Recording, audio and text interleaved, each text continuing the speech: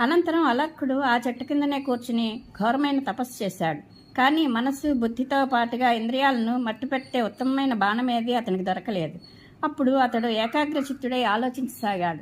చాలా రోజులు నిరంతరం ఆలోచించిన తరువాత అతనికి యోగాన్ని మించిన వేరేది మేలు చేకూర్చే సాధనం కనిపించలేదు. ఇక అతడు మనస్సును ఏకాగ్రం చేసి స్థిరమైన ఆసనంలో కూర్చుండి ధ్యానయోగాన్ని సాధన చేయసాగాడు. ఈ ఒక్క బాణమే వేసి అతడు ఇంద్రియాలన్నింటినీ వెంటనే ఓడించాడు. అతడు ధ్యానయోగం ద్వారా ఆత్మలో ప్రవేశించి పరాసిద్ధిని అనగా మోక్షాన్ని పొందాడు. ఈ సాఫల్యంతో రాజర్షి అలర్కునికి చాలా ఆశ్చర్యం కలిగింది. అతడు ఈ గాథని గానం చేశాడు.